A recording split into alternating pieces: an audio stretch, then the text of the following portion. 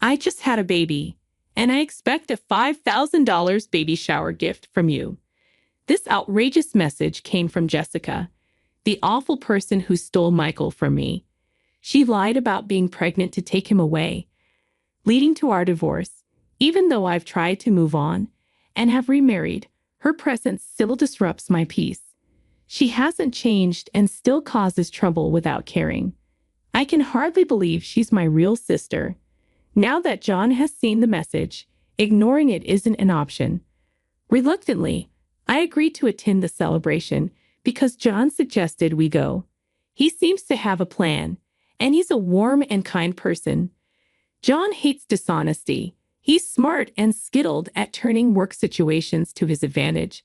So I trust he has a strategy in mind. She can laugh about it now, but soon she'll have to face the consequences for all her wrongdoings. I've been working as an office assistant in a local company since I graduated from college. I've been dating someone since my college days. Back then, through our club activities, I met Michael Smith, a medical student at the same university. His dad is a renowned allergy specialist, and it seems Michael is aiming to become a doctor too. His father's clinic is super popular, with patients coming from all over the country for treatment. Being the only son of a solo practitioner and heir to a well-known clinic, my first impression was that he was a smart, well-off guy. But as I talked to him, I found he was quite unique, and we both liked the same film director's work. I wanted to get to know him better, so I made the first move. "Hey, have you seen the new movie by that director? If not, want to go see it together?" A woman who likes those films. That's a bit surprising. Absolutely. I don't have many fans in my circle. I'm so glad I can watch it with you. My efforts paid off, and he began to see me as someone special. Our relationship continued not just through college, but afterwards too, and Michael proposed to me. When I was 25, Michael said, "I'm still learning to be a doctor, but in the future, I want to take over my dad's clinic and be a great doctor.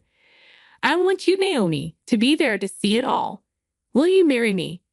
"Of course, I'd be delighted. Let's have a happy life together," I replied. I was on top of the world. I got pregnant right after getting married. Michael would definitely be a great dad. Boy or girl, as long as the baby was healthy, that was all that mattered.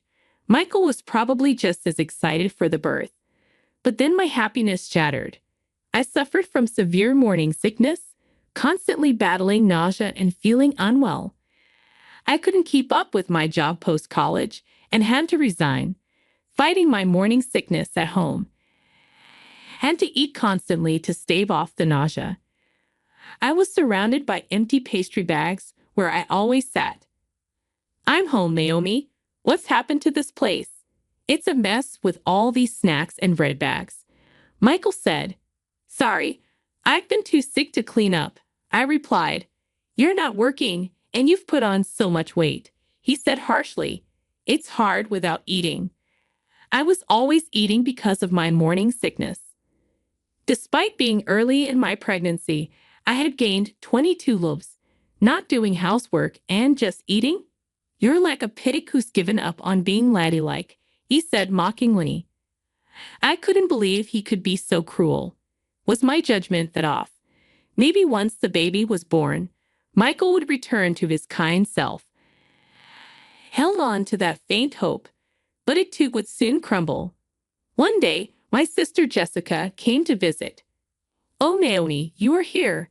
What a mess, though." "Sorry for the mess," I said. "That's fine. I'm used to this place like a second home," she replied. There she was, my sister Jessica, appearing before a worn-out me, struggling with morning sickness and feeling awful. Jessica occasionally visits our home, but at that moment, I was too unwell to properly entertain her. Hoping a little chat might distract me, I decided to start a conversation. "You know, it looks like the baby in my belly is a girl. I keep thinking about dressing up and going shopping together someday." "Wow, I didn't know you were thinking about things like that. Does Michael know it's going to be a girl? Yeah, I told Michael right away. It's a girl. And I dream of wearing matching outfits with my child. Jessica, you've always been so stylish. I'm counting on your advice when the time comes, I said. Then Jessica turned around, smiling meaningfully. That's right. Michael is still a rookie doctor, but he'll eventually take over the family clinic. Poor Michael, having you as a clinic director's wife. Jessica said. Stop it, Jessica. That's too harsh. You really have a sharp tongue. I replied. Jessica is quite sarcastic and sometimes says things that hit hard. As her younger sister, I've gotten used to it over the years, but it can be quite tough when I'm feeling unwell. But Jessica quickly returned to her usual smile and waved her hand. Sorry, I just slipped into my usual mode. So, Naomi, anything bothering you lately? Bothering me? Well, Michael's been coming home late lately. He's a doctor, so it's unavoidable. But he seems to be at the hospital all the time, even on weekends. We hardly have time to talk these days. I explained. I see.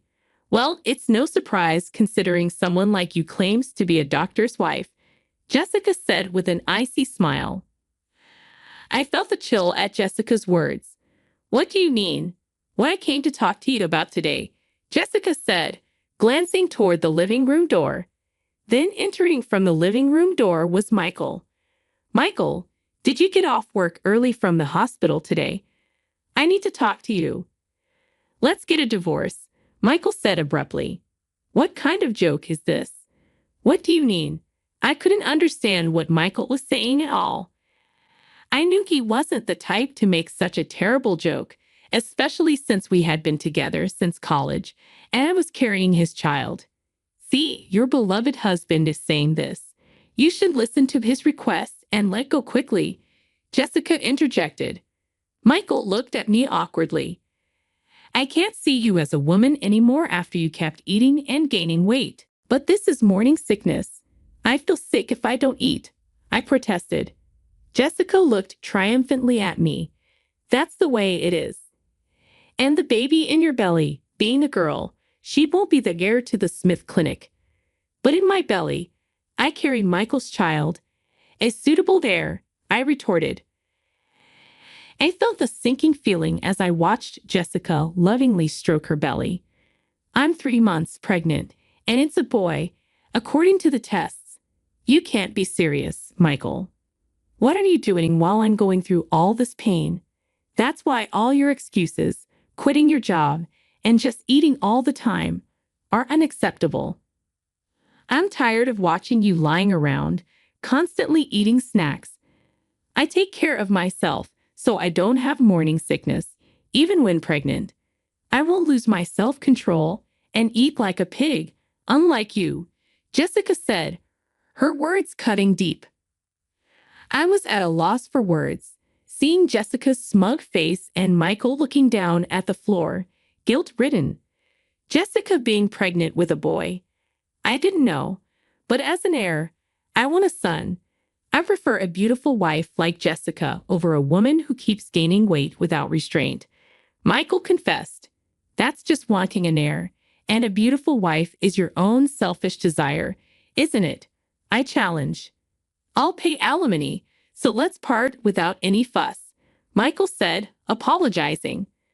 Seeing Michael apologize, I knew that things could never go back to how they were after that. Michael and I divorced, and I gave birth to our daughter as a single mother. His promise of alimony turned out to be just words with no actual payment. Post-delivery, I had to work to survive since I had no one to rely on. Not knowing what else to do, took a job at a nearby department store that's hiring. Life is unpredictable. My hard work and character caught the attention of someone. It was John Johnson, a well-regarded manager in the external sales department. Tough day. You're always working hard, John said. Thanks. I'm about to finish up soon. Are you done for the day, John? Yeah.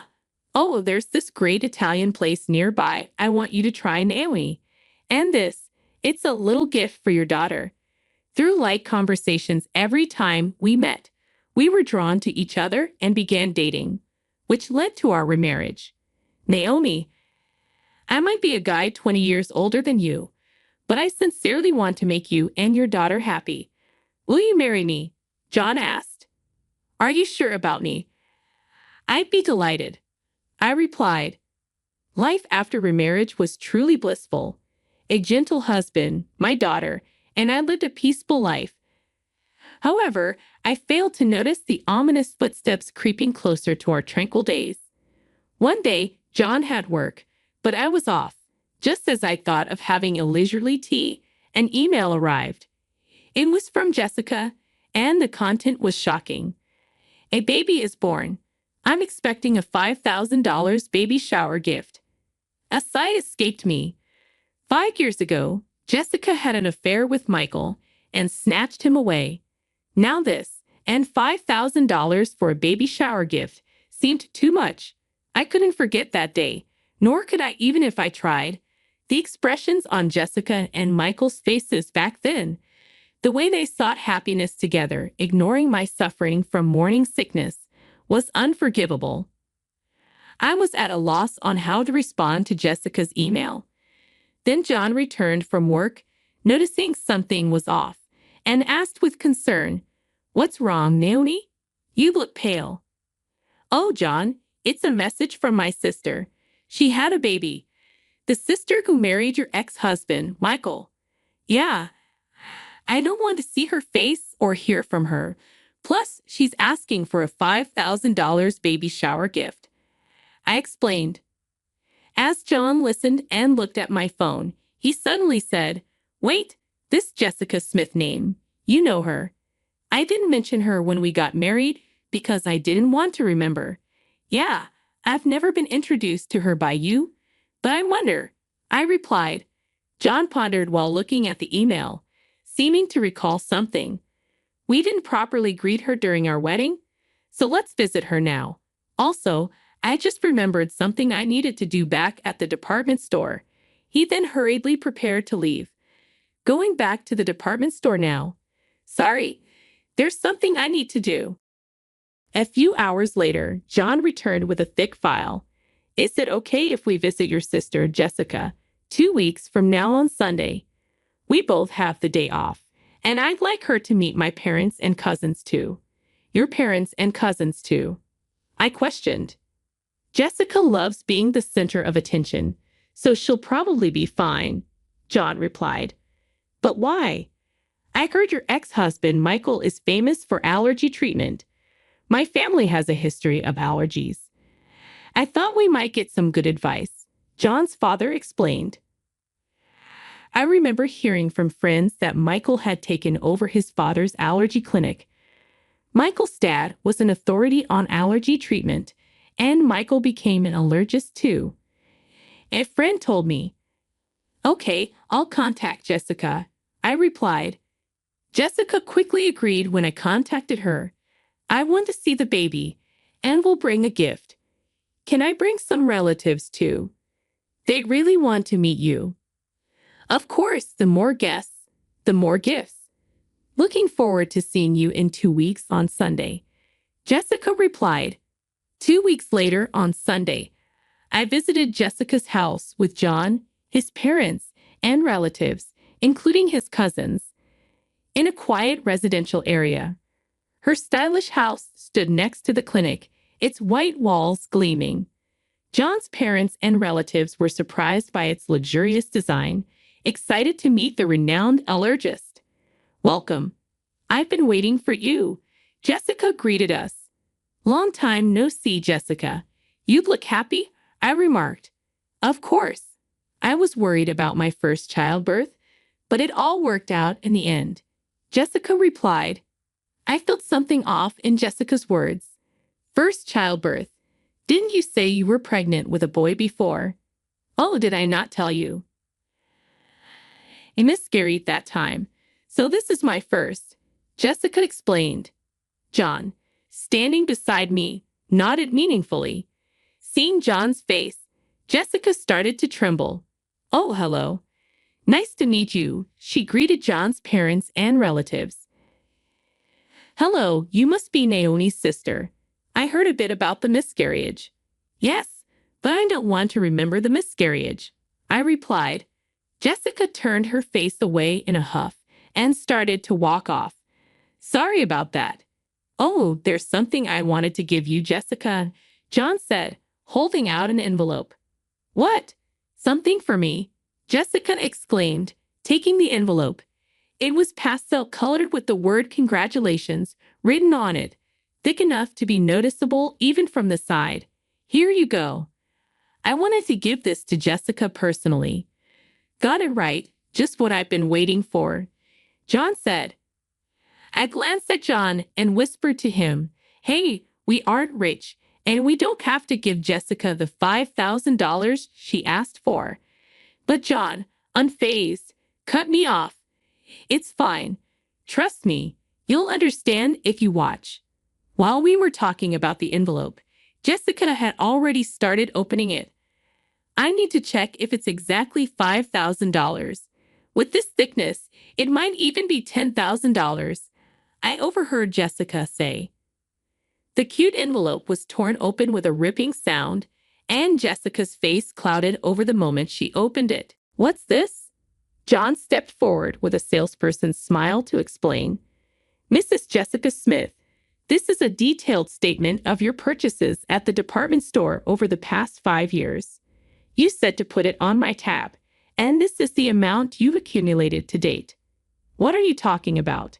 I don't know anything about this, Jessica exclaimed as she looked at the statement.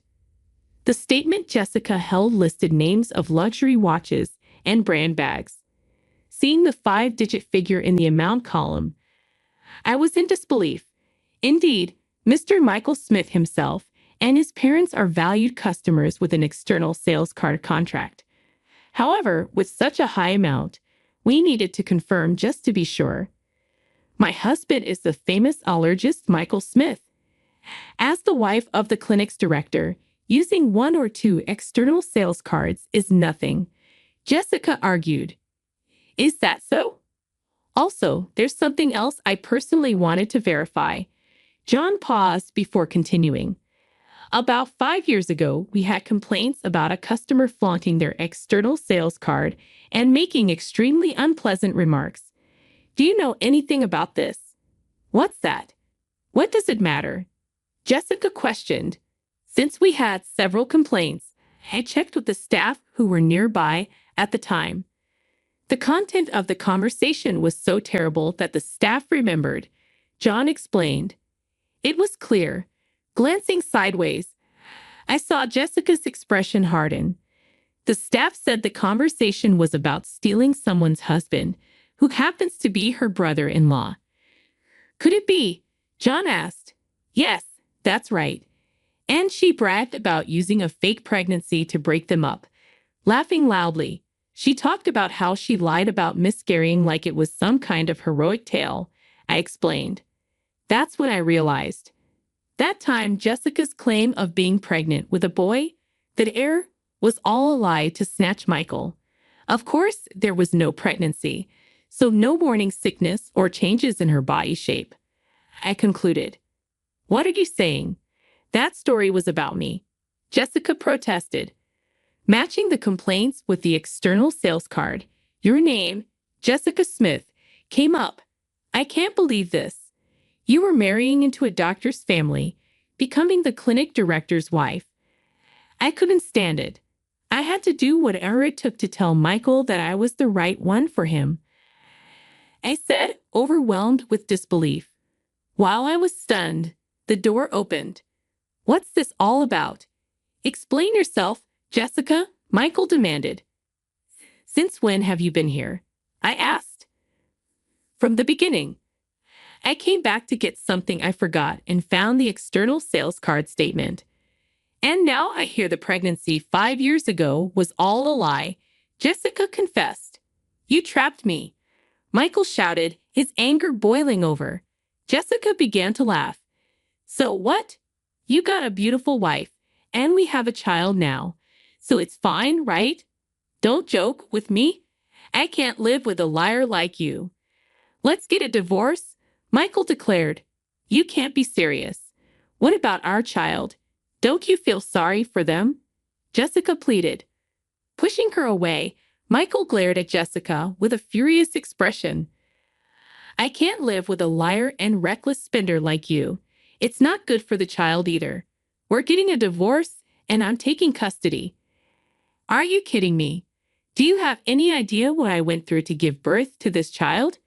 This child needs to become a doctor in the future to support us. You're just thinking about yourself. Jessica argued.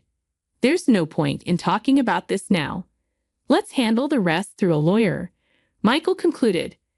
The relatives who came along, hoping to get some effective medicine from the famous allergist, were frozen in shock at this chaotic scene. I was so embarrassed to admit that she was my sister. Afterwards, Michael got a good lawyer specializing in divorce and successfully got divorced and won custody. Meanwhile, Jessica, who had been shopping to her heart's content on credit using the external sales card during her marriage, was now being chased for repayments. Hey, if your husband hadn't brought that statement, I'd still be the clinic director's wife. I'm being hounded for repayments now. Help your sister out in a pinch, will you? Jessica pleaded. Why should I? You brought this on yourself, didn't you? And you should pay for your own shopping, I retorted to Jessica's plea for help. Unexpectedly, I got a message from Michael via social media. Hey, can we start over? If Jessica hadn't lied about having a boy 5 years ago, we would have been fine as a couple. I want to see our daughter too. Had forgotten how he left me suffering with morning sickness and mocked me, then cheated on me. After 5 years of no contact, the last thing I wanted was to see his face again. Michael seemed to be struggling to keep the clinic he inherited from his father running. But you can't stop gossip. Due to the infidelity rumors, patients stopped coming. The Smith Clinic, which Michael inherited, had a 1-star rating and unbelievably bad reviews on a hospital review site. It seemed only a matter of time before he would have to close the clinic he was so fixated on inheriting. Ironically, he was so obsessed with having a male there. My husband, daughter, and I continued to live happily as a family. Naomi, are you ready? Shall we head out soon? John asked. Yes, I was just remembering how delicious the spaghetti you brought me from that restaurant was back when I was a single mother. You used to order from a restaurant for takeout as a way to approach me. I reminisced. Back then, my daughter was small, and since we weren't dating, we never ate at the restaurant, just as colleagues. You had just gotten divorced and were having a hard time, right? John recalled. I thought even a little bit of delicious food could bring you happiness. It was your kindness that drew me to you. The dish that brought us together back then. It was just my daughter and me eating takeout, but now it's different. I'm happy that we can eat together as a family. Who would have thought that a day like this, going out with you and our daughter, would come? I said, feeling grateful for the happiness we now shared.